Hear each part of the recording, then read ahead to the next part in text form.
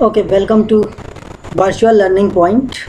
Now we will discuss arithmetic progression for class 10th. This is included in the syllabus of UP board and CBSE board. ठीक है? Okay.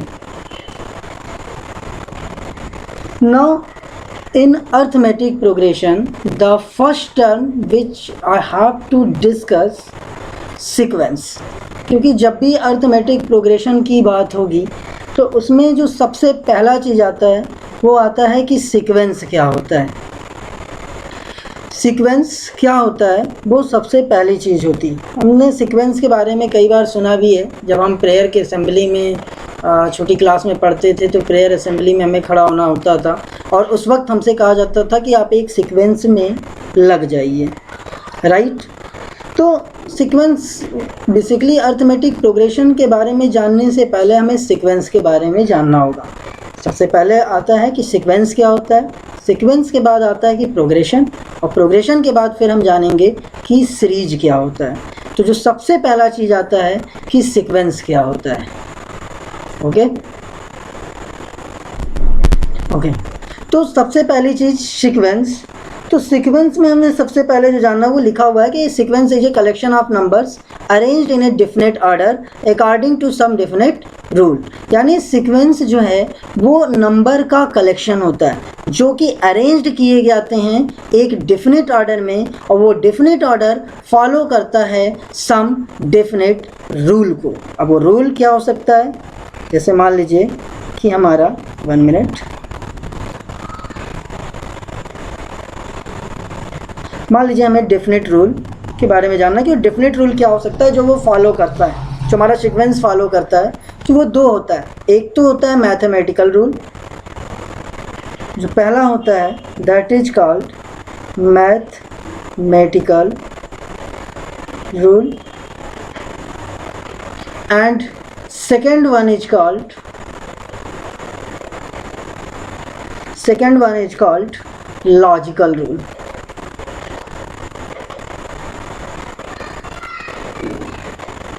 Right. तो जो definite rule, ठीक है, ये definite rule है जो कि वो आपका सीक्वेंस फॉलो करेगा।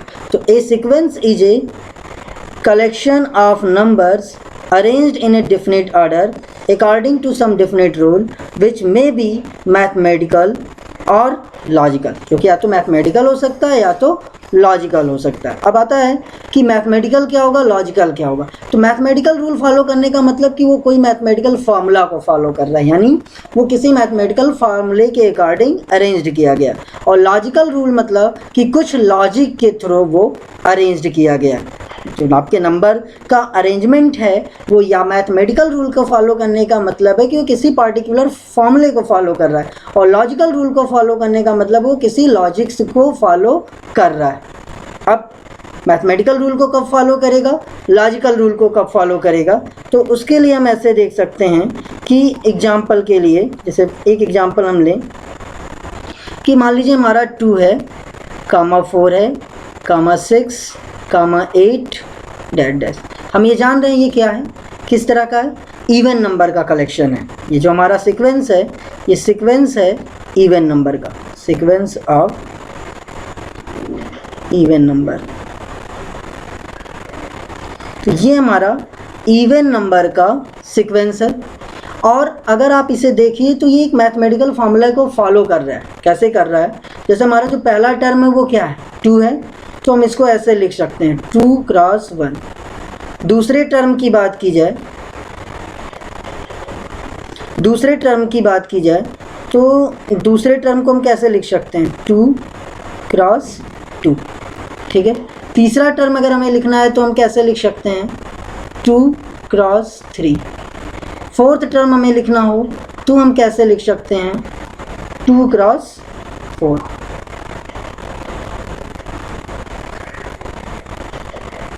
ठीक है। तो हमारा जो सीक्वेंस है इवन नंबर का वो क्या कर रहा है, एक मैथमेटिकल फार्मूला को फॉलो कर रहा है। ठीक है, कैसे, अब वो फार्मूला हम कैसे निकाल सकते हैं, देखिए ध्यान से।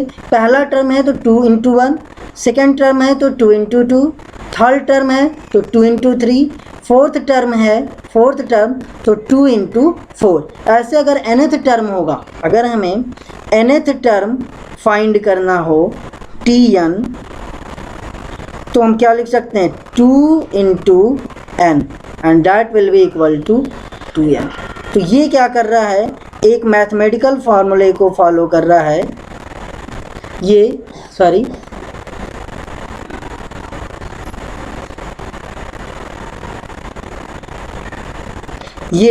एक मैथमेटिकल, 1 मिनट,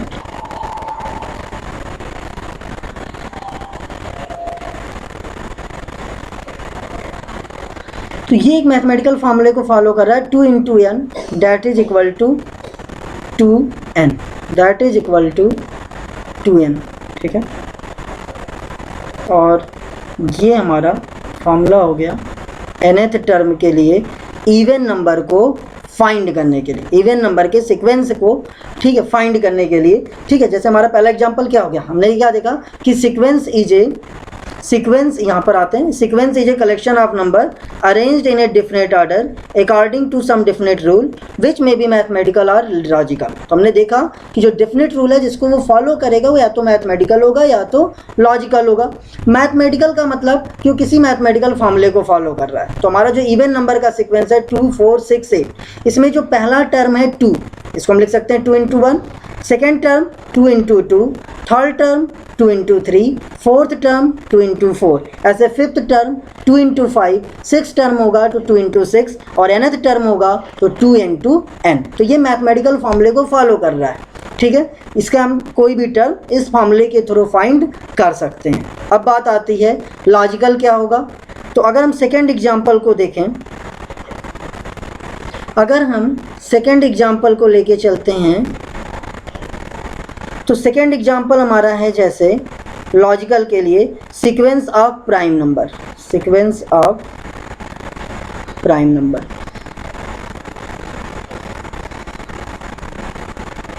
तो सीक्वेंस ऑफ प्राइम नंबर के लिए हम क्या लिख सकते हैं, प्राइम नंबर क्या होता है 2, 3, 5, 7, 11 और ये आएगा। तो ये हमारा एक लॉजिक्स को फॉलो कर रहा है। लॉजिक क्या है, प्राइम नंबर। हमारा जो ये सीक्वेंस है एक लॉजिक को फॉलो कर रहा है और लॉजिक क्या है हमारा, प्राइम नंबर का सीक्वेंस। तो यहाँ पर हमारे पास कोई डिफरेंट मैथमेटिकल फार्मूला नहीं होगा, यानी अगर हम इस सीक्वेंस के किसी भी टर्म को फाइंड करना है तो हमें इसे काउंट ही करना पड़ेगा। यहाँ हमारे पास कोई डिफरेंट फार्मूला नहीं है क्योंकि ये एक लॉजिक के थ्रू अरेंज्ड किया गया है।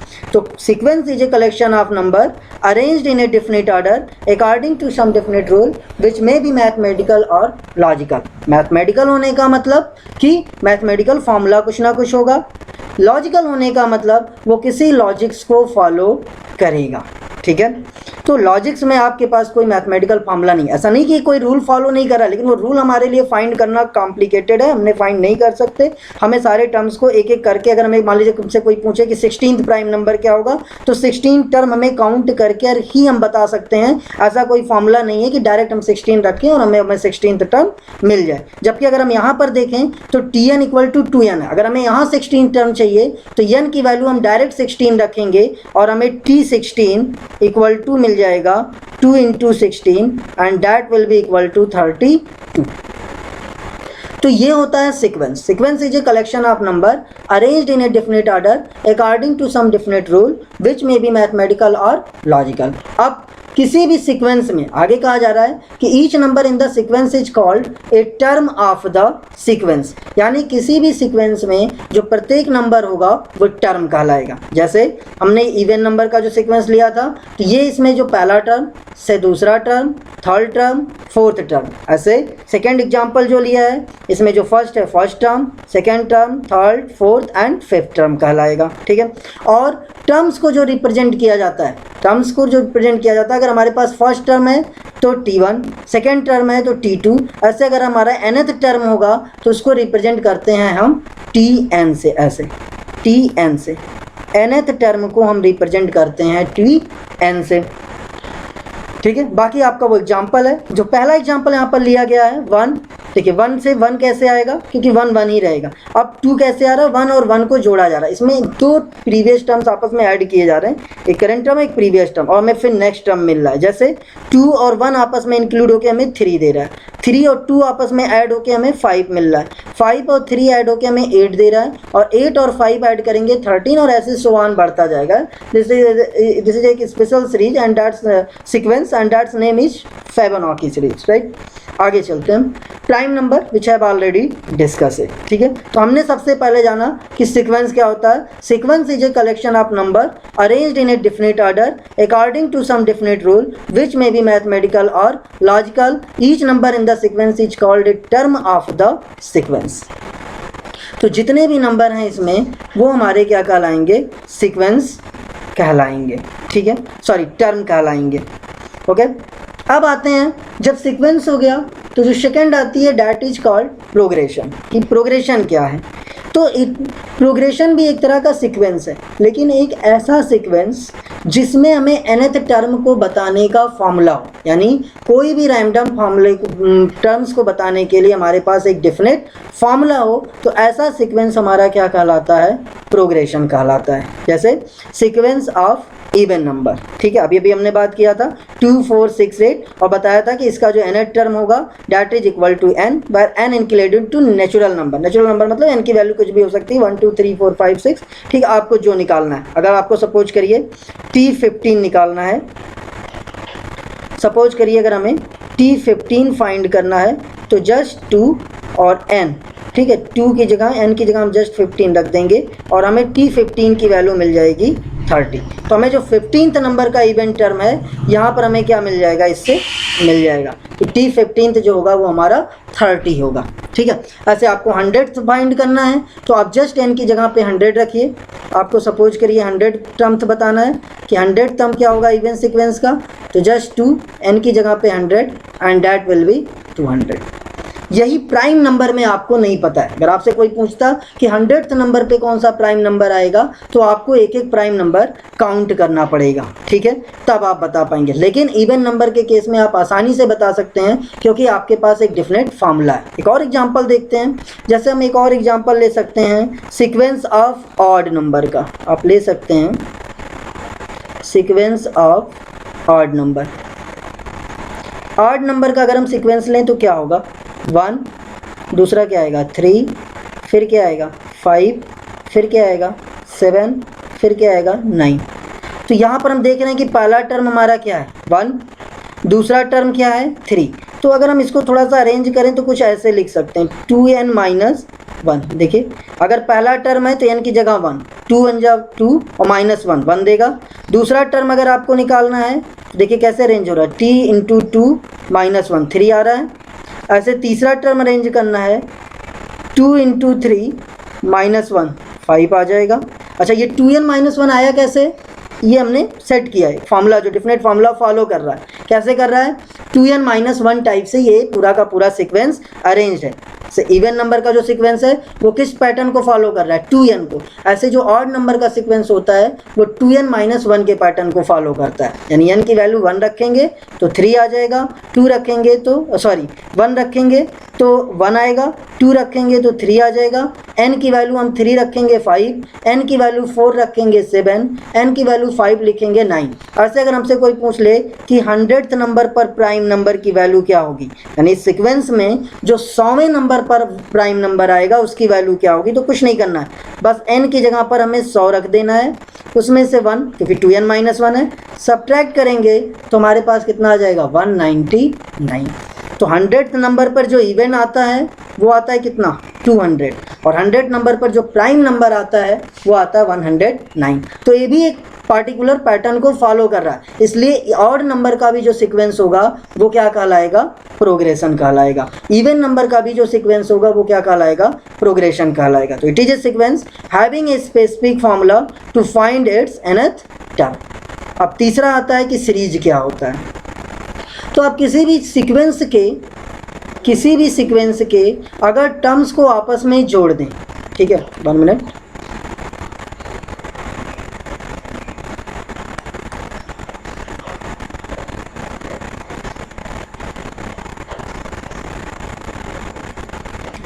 अगर आप किसी भी सीक्वेंस के, ठीक है, सारे टर्म्स को आपस में जोड़ दें तो जोड़ने से, ठीक है, हमें जो मिलेगा डैट इज कॉल्ड सीरीज। जैसे अभी अभी हमने लिखा इवन नंबर का ही सीक्वेंस, हम 2, 4, 6, 8 इवन नंबर का सीक्वेंस ऐसे लिखते थे।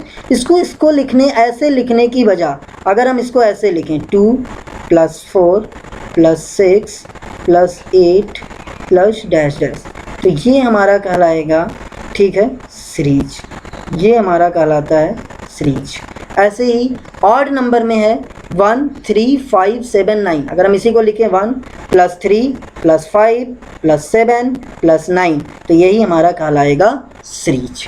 ठीक है, तो हमने 3 चीज़ें देखा कि सबसे पहले सीक्वेंस क्या होता है, दूसरे नंबर पर हमने जाना कि प्रोग्रेशन क्या होता है, तीसरे में हमने जाना सीरीज क्या होता है।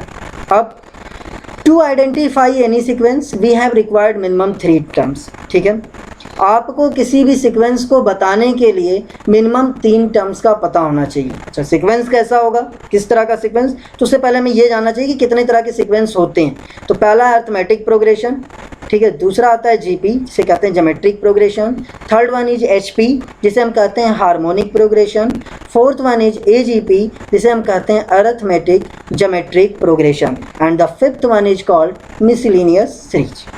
ठीक है, हमें अपने सिलेबस में केवल जो पढ़ना है वो अरिथमेटिक प्रोग्रेशन, क्लास 10th के सिलेबस में जो इंक्लूडेड है वो केवल और केवल एपी है, अरिथमेटिक प्रोग्रेशन है। ठीक है, अच्छा, किसी भी प्रोग्रेशन को आपको अगर जानना है कि वो कोई भी सीक्वेंस अगर लिखा हुआ है और आपको ये जानना है कि वो एपी होगा कि जीपी होगा कि एचपी होगा, तो इसके लिए आपको मिनिमम 3 टर्म्स पता होना चाहिए, क्योंकि 2 टर्म से आप कुछ नहीं बता सकते। जैसे अगर हम पहला टर्म लिख दें और दूसरा टर्म लिख दें तो इन 2 टर्म से आप कुछ नहीं बता सकते जब तक आपको तीसरा टर्म नहीं पता हो। तो किसी भी सीक्वेंस को, कोई भी सीक्वेंस एपी होगा कि जीपी होगा कि एचपी होगा, इसे बताने के लिए हमेशा हमें मिनिमम 3 टर्म्स पता होना चाहिए। उसके बाद कितने भी नंबर आप टर्म्स आप पता हो उससे ज़्यादा मैटर नहीं करता, बट एटलीस्ट 3 टर्म्स पता होगा, तभी आप सीक्वेंस बता सकते हैं कि वो एपी होगा कि जीपी होगा कि एचपी होगा, राइट। तो आई होप कि यहाँ तक आपको समझ में आ गया होगा कि सीक्वेंस क्या होता है, प्रोग्रेशन क्या होता है, सीरीज क्या होता है, right. Okay, now we will move further. अब आता है कि मान लीजिए हमारा कोई सीक्वेंस लिखा गया है, ठीक है, ओके,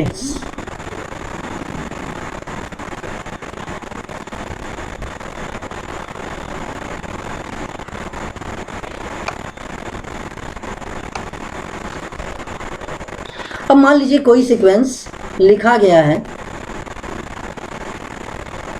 ठीक है, sum of the first and term of a sequence. ठीक है, अब सीक्वेंस है मान लीजिए, तो सीक्वेंस में क्या होगा, फर्स्ट टर्म होगा, ठीक है, सेकेंड टर्म होगा, फिर थर्ड टर्म होगा, फिर फोर्थ टर्म होगा, ऐसे होगा। और मान लीजिए हमें इन टर्म्स का सम निकालना है, किसी भी सीक्वेंस के टर्म का सम निकालना है, तो पहले टर्म का सम क्या होगा, खुद T1 होगा, कि भाई इसमें एक ही टर्म है, एक टर्म में आप क्या जोड़ सकते हैं, ज़्यादा से ज़्यादा T1 जोड़ सकते हैं। दूसरा टर्म अगर हमसे पूछा जाए तो H2 होगा, H2 यानी 2 टर्म्स का सम। तो 2 टर्म्स का सम अगर हमें लिखना है तो हम क्या लिख सकते हैं, T1 एंड प्लस T2 लिख सकते हैं। अगर हमें 3 टर्म्स का सम लिखना है तो 3 टर्म्स का सम हम क्या लिख सकते हैं, T1 plus T2 plus T3 लिख सकते हैं। ठीक है, ऐसे अगर हमें S4 टर्म का सम लिखना है, सॉरी, अगर हमें ऐसे Sn टर्म का सम लिखना है सपोज करिए, तो हम लिख सकते हैं T1 plus T2 plus T3 and plus dot dot plus T1, यहाँ तक हम लिख सकते हैं, राइट। अब मान लीजिए हमें टर्म पता है, तो अब यहाँ से एक चीज़ देखते हैं कि अगर हम H2 माइनस S1 करें तो हम क्या देख रहे हैं, H2 की वैल्यू कितनी आ रही है, T1 प्लस T2, ये है H2 की वैल्यू, माइनस S1 की वैल्यू कितनी रखी गई है, T1, ठीक है, T1। तो इस T1 से ये T1 क्या हो जाएगा, कैंसिल हो जाएगा, माइनस माइनस है, तो इक्वल टू कितना आ जाएगा आपका T2। ठीक है। फिर थोड़ा सा हम आगे देखते हैं, अगर हम S3 से S2 को सब्ट्रैक्ट करें, अगर हम S3 से S2 को सब्ट्रैक्ट करें तो क्या देखते हैं, S3 की वैल्यू कितनी है, T1 plus T2 plus T3, लिख देते हैं T1 plus T2 and plus T3 minus S2 की वैल्यू कितनी है, T1 एंड प्लस T2। अब आप देखिए, अगर आप इसे ओपन करेंगे तो आएगा T1 plus T2 plus T3 minus T1 minus T2, ठीक है। T1 से T1 सब्ट्रैक्ट, T2 से T2 सब्ट्रैक्ट, फाइनली आ जाएगा कितना, T3। सिमिलरली अगर अब आप ध्यान से एक चीज़ देखिए, यहाँ पैटर्न देखिए क्या है, S2 में से जब S1 सब्ट्रैक्ट कर रहे हैं तो क्या आ रहा है, T2, S3 में से S2 को सब्ट्रैक्ट कर रहे हैं तो क्या आ रहा है, T3, ठीक है, जिसमें से सब्ट्रैक्ट कर रहे हैं वही टर्म आ रहा है। ऐसे अगर हम S4 में से S3 को सब्ट्रैक्ट करेंगे तो क्या आना चाहिए, सोचिए भाई, 2 में से अगर 1 को सब्ट्रैक्ट कर रहे हैं तो कितना आ रहा है, 2, 3 में से 2 को सब्ट्रैक्ट कर रहे हैं तो कितना आ रहा है, T3, जो यहाँ पे है, जो यहाँ पर है वही यहाँ पर आ रहा है, जो यहाँ है वही यहाँ पे आ रहा है, तो जो यहाँ होगा वही यहाँ आएगा, तो आ जाएगा कितना, T4, ठीक है। तो यहाँ से हमारा एक फॉर्मूला बन रहा है क्या, कि अगर हम Sn में से Sn-1 को घटा दें तो हमें क्या मिल जाएगा, Tn, यानी क्या मिल जाएगा, nth टर्म मिल जाएगा, ठीक है। तो अगर हमारे यहाँ से हम क्या देख रहे हैं, एक चीज़ देखते हैं कि अगर हमारे पास कोई सीक्वेंस है, ठीक है, उस सीक्वेंस में n टर्म तक का सम हमें पता है, ठीक है, और n-1 तक का टर्म का सम पता है। अगर हमें n टर्म तक का सम पता है और n-1 टर्म्स तक का सम पता है, तो अगर हम Sn में से Sn-1 घटा देंगे तो हमें nth टर्म मिल जाएगा। कहने का मतलब कि अगर हमें 2 टर्म का सम पता है और 1 टर्म का पता है तो 2 में से 1 घटाने पे हमें दूसरा टर्म मिलेगा। हमें मान लीजिए S3 3 टर्म्स का सम पता है और 2 टर्म्स का सम पता है, तो S3 माइनस S2 कर देंगे तो हमारा तीसरा टर्म आ जाएगा। यानी मतलब अगर किसी सीक्वेंस में टर्म्स का सम पता है तो हम नंबर ऑफ उस टर्म्स की वैल्यू निकाल सकते हैं। जैसे S2 2 नंबर तक के टर्म्स का सम पता है और 1 का, तो घटा के T2 निकाल सकते हैं। ऐसे अगर हमारे पास 3 टर्म्स का, सपोज करिए 3 टर्म्स, ये T1 T2 T3 3 टर्म्स का सम पता है, और फिर T1 और फिर मान लीजिए T1 और T2 तक का सम पता है, तो T1 T2 T3 में से T1 T2 को घटाएंगे तो हमारा क्या होगा, ये T3 हमें मिल जाएगा। जो T3 होगा वो हमें मिल जाएगा। तो एक हमें जनरल फार्मूला पता होना चाहिए और ये हमें याद भी होना चाहिए कि जैसे अगर हमें किसी भी सीक्वेंस के nth टर्म को निकालना है तो उस सीक्वेंस के n टर्म के सम में से n-1 यानी उसे जस्ट एक टर्म पिछले तक के सम को सब्ट्रैक्ट कर दें तो हमें nth टर्म मिल जाएगा। ठीक है, आगे बढ़ते हैं। ठीक है, तो if number of terms in A sequence is finite it is, अच्छा देखिए, अगर किसी सीक्वेंस में नंबर ऑफ टर्म्स फाइनाइट भी हो सकते हैं, ये एक नई बात है जो आपको पता होना चाहिए। ठीक है, अगर किसी सीक्वेंस में नंबर ऑफ टर्म्स आपके फाइनाइट होंगे तो फाइनाइट सीक्वेंस कहलाएगा, और अगर नंबर ऑफ टर्म्स आपके इनफाइनाइट होंगे तो वो इनफाइनाइट सीक्वेंस कहलाएगा। ठीक है, फाइनाइट सीक्वेंस का एग्जांपल जैसे 2 4 6 100, देखिए यहाँ पर जो है वो कहाँ से लेके कहाँ से है, 2 से स्टार्ट हो रहा है और 100 पर क्या हो जा रहा है, ख़त्म हो जा रहा है। तो ये फाइनाइट सीक्वेंस है क्योंकि यहाँ हमें इसका लास्ट टर्म पता है। ठीक है, लेकिन अगर हम सेकेंड एग्जाम्पल में देखते हैं, तो सेकेंड एग्जाम्पल में हमारा लास्ट टर्म नहीं पता है, यानी ये बढ़ता ही जा रहा है 1 to 3 to 5 to 7 to 9 to 11 और कहाँ तक जाएगा ये आप नहीं बता सकते। तो ये जो होगा ये इनफाइनाइट सीक्वेंस कहलाता है। ठीक है, तो अभी तक देखिए हमने क्या क्या जान लिया, सीक्वेंस क्या होता है, प्रोग्रेशन क्या होता है, सीरीज क्या होता है। ठीक है, सीक्वेंस में अगर आपके n टर्म तक का सम पता है, उससे जस्ट एक टर्म पहले टर्म तक का टर्म का सम पता है, तो आप दोनों को सब्ट्रैक्ट करके आप nth टर्म की वैल्यू को फाइंड कर सकते हैं। यहाँ तक हमने जाना। ठीक, अब हम आगे बढ़ते हैं जो हमें पढ़ना है वास्तव में।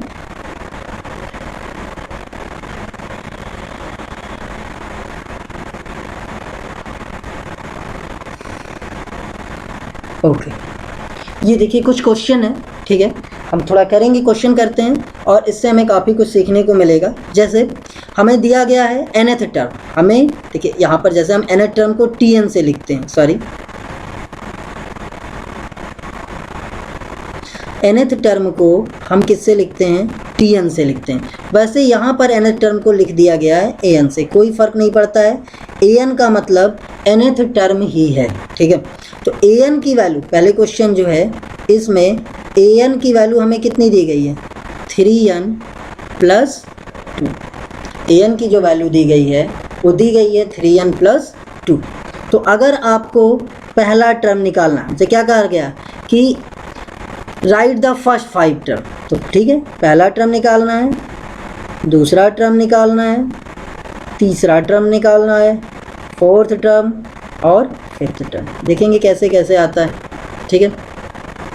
मान लीजिए फर्स्ट टर्म आपको फाइंड करना है, तो कुछ नहीं करना है, 3n की जगह पर, ठीक है,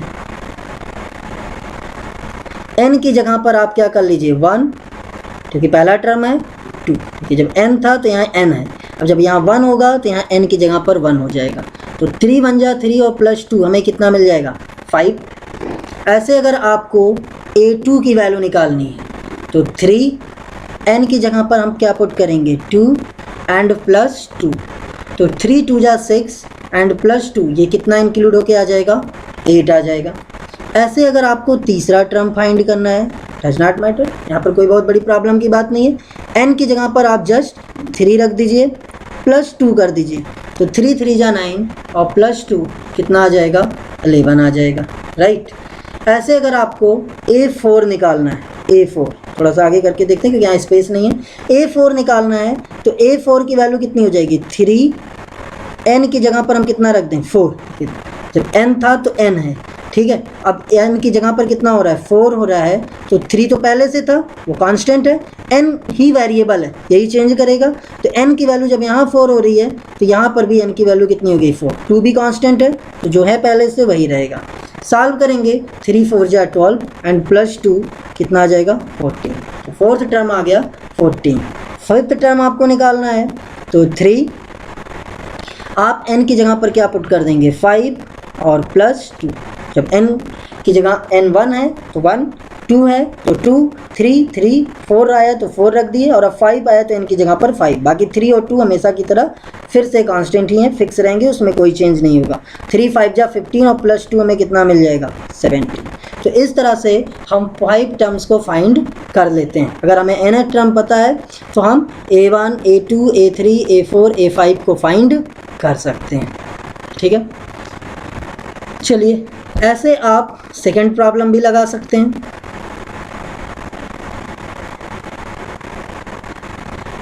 सेकंड प्रॉब्लम आपको मान लीजिए लगाना है, तो सेकंड प्रॉब्लम मान लीजिए जैसे दिया गया है an equal to n minus 2 by 3, ठीक है। तो आपको जब फर्स्ट टर्म निकालना है, मान लीजिए हमें फर्स्ट टर्म फाइंड करना है, तो कोई प्रॉब्लम नहीं है, हम जस्ट क्या करेंगे n की जगह 1 रख देंगे माइनस 2 बाई 3, ठीक है। 1 माइनस 2, 1 में से अगर 2 सब्ट्रैक्ट करेंगे तो कितना आ जाएगा -1 बाई 3, इसी को आप ऐसे भी लिख सकते हैं -1 बाई 3, कोई प्रॉब्लम नहीं है, ठीक है। आपको a2 फाइंड करना है, मान लीजिए a2 फाइंड करना है, a2 इक्वल टू, ठीक है। तो फिर से n जब a1 निकालना था, n की जगह 1 था तो यहाँ n की जगह हमने कितना रख दिया 1, बाकी 2 और 3 कांस्टेंट है, तो जिस पैटर्न में जैसे है वैसे ही रखेंगे। यहाँ पर n की जगह हम कितना रख देंगे 2, माइनस कितना हो गया 2 और बाई कितना हो गया 3, तो 2 माइनस 2 कितना आ जाएगा 0, बाई करेंगे तो कितना आ जाएगा 3, और ये 0 बाई 3 की वैल्यू कितनी हो जाएगी 0, तो जो सेकेंड टर्म आएगा इसका हमें कितना मिल गया 0, ठीक है। अब मान लीजिए आपको थर्ड टर्म फाइंड करना है, तो a3 जब n1 है तो 1 पुट किया, n2 है तो 2, n3 है तो यहाँ 3 रख देंगे, 3 माइनस 2 जो कि पहले से था, देखिए यहाँ 2 पहले से है, 2 पहले से, फिर बाई 3, तो यहाँ पर भी क्या हो गया बाई 3। तो सॉल्व करेंगे तो 3 माइनस 2 कितना आ गया 1, बाई कितना हो गया 3, इसी को आप ऐसे भी लिख सकते हैं 1/3।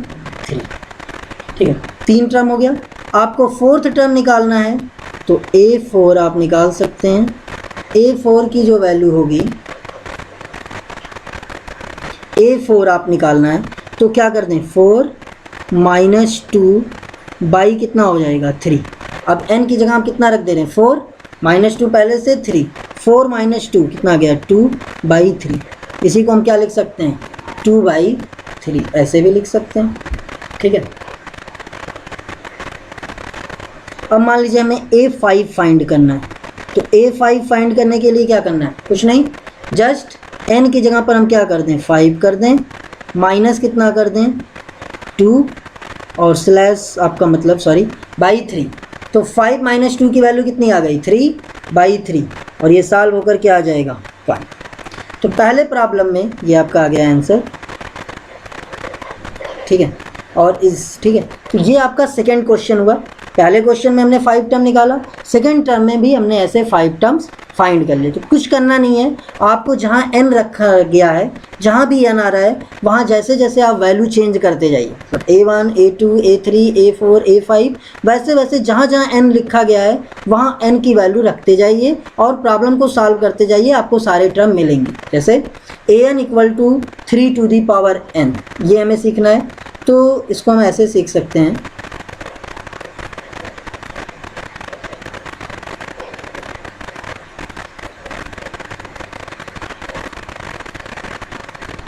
दिखाते हैं।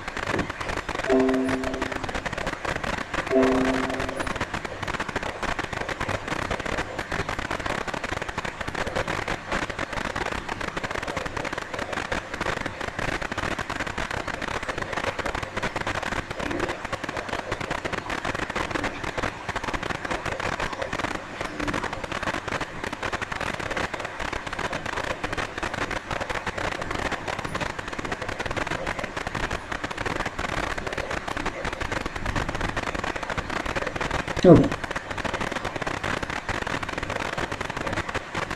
अब जैसे मान लीजिए इसमें से कौन सा कर देते हैं, यही कर देते हैं an। काफ़ी लोगों को टफ़ लग रहा होगा देखने में, तो टफ़ हालांकि है नहीं, आप बड़े आसानी से कर सकते हैं। देखते हैं कैसे। an = -1 n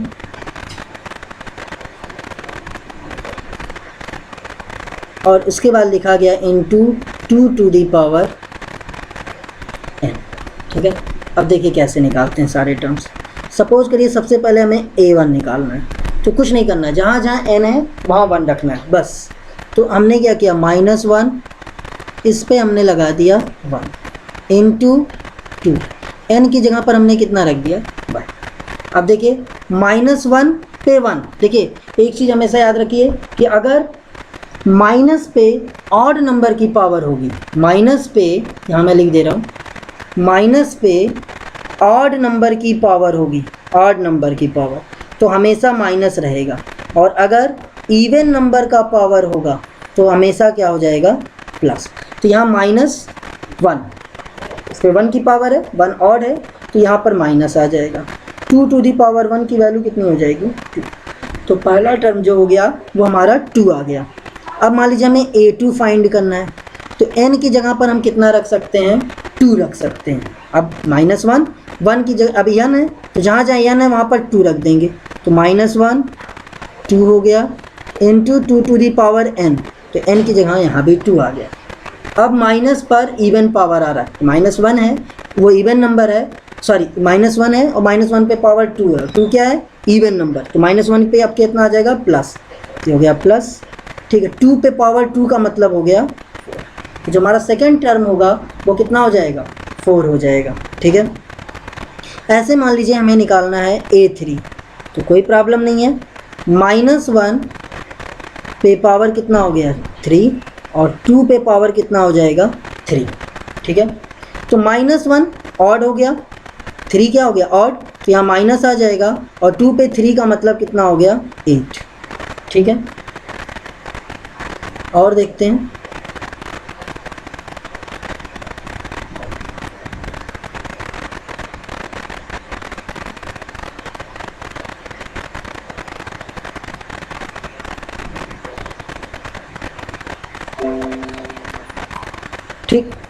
अब आते हैं A4 निकालते हैं कि A4 की वैल्यू क्या होगी।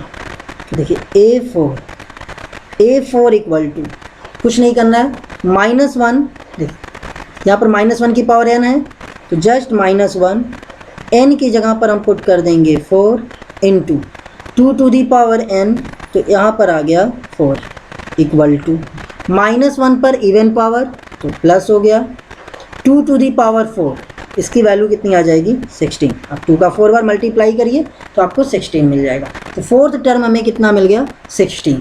ऐसे मान लीजिए हमें फिफ्थ टर्म फाइंड करना है तो A5, तो यहाँ से हम लिख सकते हैं -1 to the power 5 into 2 to the power 5। तो -1 पे ऑड नंबर का पावर, ठीक है, तो माइनस आ जाएगा और 2 पे 5 की वैल्यू कितनी आ जाएगी 32। ये आंसर हो गया इसका, ठीक है, तो ये इसका आंसर हो गया। तो कोई प्रॉब्लम नहीं है। हमने कौन कौन सा क्वेश्चन कर लिया, पहला क्वेश्चन देख लिया, उसके बाद हमने सेकंड क्वेश्चन देखा कैसे होगा, इसके बाद हमने फिफ्थ देखा। बाकी के क्वेश्चन आप लगाइएगा, ट्राई करिएगा। नहीं आता है तो already I have mention our WhatsApp number, you can just click it. मैं नेक्स्ट लेक्चर में आपका वो डाउट क्लियर कर दूंगा कि कौन कैसे वो क्वेश्चन लगेगा। बट अगर आप ट्राई करेंगे तो इतना टफ नहीं है, सारे क्वेश्चन लग जाएगा। कुछ नहीं करना है, जहाँ जहाँ n की वैल्यू दी गई है बस वहाँ पर वो n की वैल्यू रखना है जिस नंबर का टर्म आप फाइंड कर रहे हैं। सपोज करिए अगर आप A1 रख रहे हैं तो A1 निकालना है तो n की जगह हर जगह 1 रखिए। A2 निकालना है तो n की जगह हर जगह 2 रखिए। A3 निकालना है तो n की जगह हर जगह 3 रखिए। इस तरह से आप कोई भी प्रॉब्लम, इस तरह के प्रॉब्लम्स को सॉल्व कर सकते हैं, ठीक है। नेक्स्ट चलते हैं। अब देखिए ये कुछ अलग तरह का प्रॉब्लम है। Find the indicated terms in each of the following sequence whose nth term are given, ठीक है, ये है इसका nth टर्म। तो ये बिल्कुल प्रीवियस प्रॉब्लम की तरह है, बहुत ज़्यादा अंतर नहीं है। बस उसमें सारे टर्म्स निकालने थे कॉन्टिन्यूअस 1 2 3, यहाँ रैंडमली कहा गया। तो जिस नंबर का टर्म निकालना है आपको वो n की वैल्यू रख देना है। जैसे फर्स्ट प्रॉब्लम की बात की जाए